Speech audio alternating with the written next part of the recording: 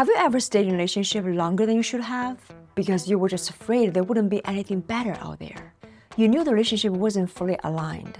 You knew your needs weren't being met. And you knew deep down this person wasn't showing up the way you deserved. But the thought of leaving felt even scarier. Because what if this is the best you can get? What if all the good ones are already taken? What if healthy love exists, but just not for you? That right there, a scarcity mindset in love. Hi, welcome to Love with Eve. If you are new here, I'm Eve Kyle, a women's empowerment speaker and certified relationship recovery coach.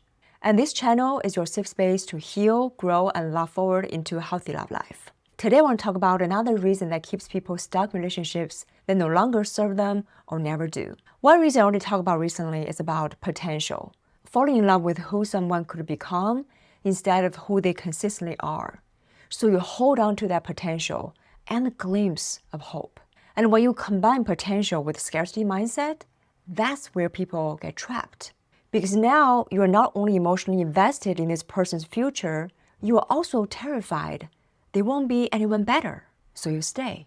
You overgive. You over-understand. You over-explain. You overwork the relationship. Because in that moment, your fear feels stronger than your truth. Scarcity mindset can make almost any relationship feel impossible to leave because it keeps telling you, this is the best you can get. It sounds like this. But what if I never find someone again? But I'm already in my 40s. What if the next one is even worse? I think all the good men are taken. Maybe I'm asking for too much. Who would even want me? And there's another version of scarcity mindset that sounds different. It sounds like, I don't think this kind of man exists. I'm looking for a unicorn.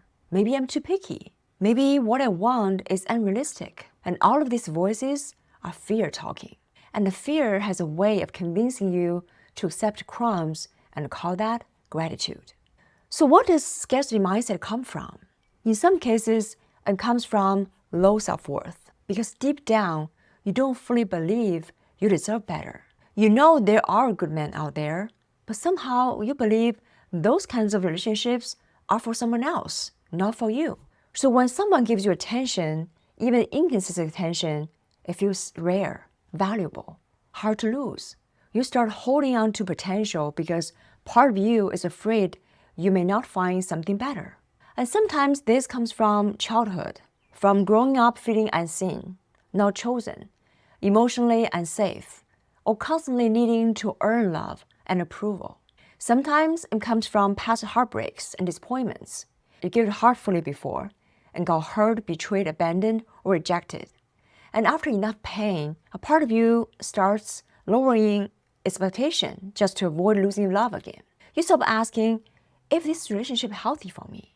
And start asking, what can I do to make this work? And that's when scarcity mindset begins to shape your choices in love. And in other cases, it can look quite the opposite from the outside. It's not that you don't know your worth. You're actually confident, successful, emotionally aware. You have standards, and you are not willing to settle for just anyone. But after enough disappointments, enough emotionally unavailable people, and enough connections that almost became something but never fully did, a quiet hopelessness can start forming underneath the confidence. You begin to wonder, maybe healthy love just isn't for me. Maybe deep, emotionally safe love is rare. Maybe this is just how relationships are now. And maybe that kind of man don't really exist. So even though you know your value intellectually, emotionally, but you stop believing the kind of love you truly want is something you will actually experience. So instead, you turn that person you already have into the one because you see the potential in them. So you start over-focusing on chemistry, on hope, on who they could become. You tell yourself they just need more time. They're scared. They have been hurt. They have potential. Because potential feels safer than facing the fear that maybe love won't happen the way you hope it would. And this is why even strong, high-achieving, self-aware women can still stay stuck in relationships that leave them emotionally unfulfilled. Because after enough misalignment, they slowly stop believing that healthy love could feel both passionate and safe at the same time. But here's the truth. You cannot receive what you don't believe. So if you're a woman who knows her worth, but has slowly stopped believing the right person is out there, I want you to hear this. Your dream is not a fantasy. It's a preview. The fact that you can imagine, that can love, feel it, long for it, that is not your imagination. That is your heart recognizing what is possible for you. Emotionally healthy, loving, available man exist. But you have to believe it, truly believe it, before you can fully let it in.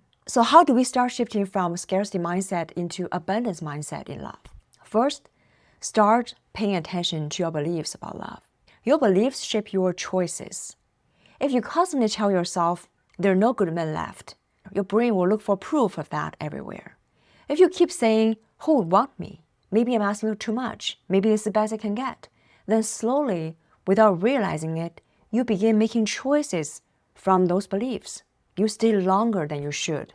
You accept less than you need. You normalize inconsistency. You convince yourself wanting more is unrealistic. But what if that belief is not truth? What if that is just pain talking? So start asking yourself, where did I learn this? Is that actually true? Or is this the wound I've been carrying for too long?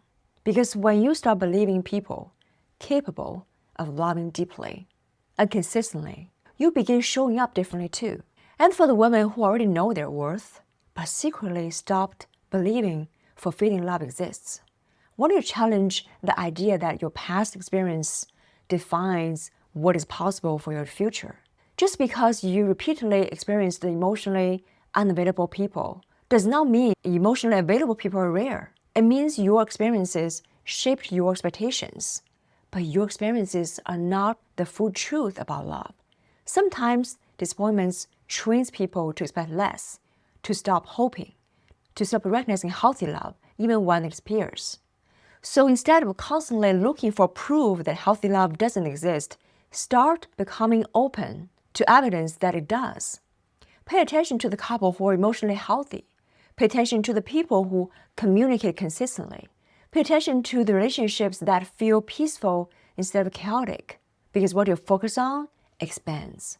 And the more you start believing healthy love is possible, the more you stop treating it like a fantasy and start allowing yourself to receive it. Second, stop romanticizing being chosen. Being chosen is not the goal. Being valued, respected, emotionally safe, and deeply loved, that's the goal. A lot of people stay because being chosen feels comforting. It temporarily quiets the fear of rejection. But being chosen by the wrong person can still cost you yourself. Someone can choose you and still not cherish you. Someone can want access to you and still not value you. Someone can keep you close and still not love you the way you deserve. So stop asking only, do they want me? Do they love me? Stop asking, do I feel safe here? Do I feel respected here? Do I feel emotionally nourished here? Do I feel more like myself in this relationship? Because love is not just about being picked. It's about being honored. Third, build your self-worth outside the relationship. Because scarcity mindset gets stronger when your worth depends on one person's attention. If your confidence rises and falls based on whether they text you back, if your peace depends on whether they choose you today, if your sense of value depends on how much effort they give you, then love will always feel terrifying because your worth is living in someone else's hands. So come back to yourself. Build a life that reminds you of who you are. A life with purpose, friendships, growth, joy, passion, self-respect. When your life feels full, you stop approaching relationships from desperation. You stop trying to make someone your whole world. You stop clinging to potential. You stop begging for bare minimum love. And you start choosing from self-worth instead of fear. And I want to add one more thing. Choosing yourself is one of the hardest things you'll ever do. Because sometimes it doesn't feel like freedom right away.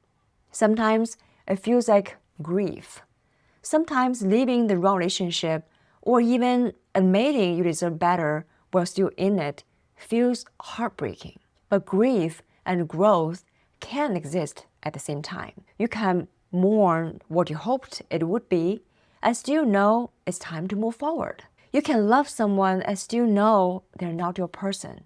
Choosing yourself doesn't mean you didn't care. It means you finally decide to care about yourself just as much as you being caring about someone else. And that's not selfish. That's self-respect. That was love directed inward, where it has always belonged to. And lastly, remember this. Settling is not security. A relationship that costs you your peace, confidence, emotional safety, and self-worth is not security.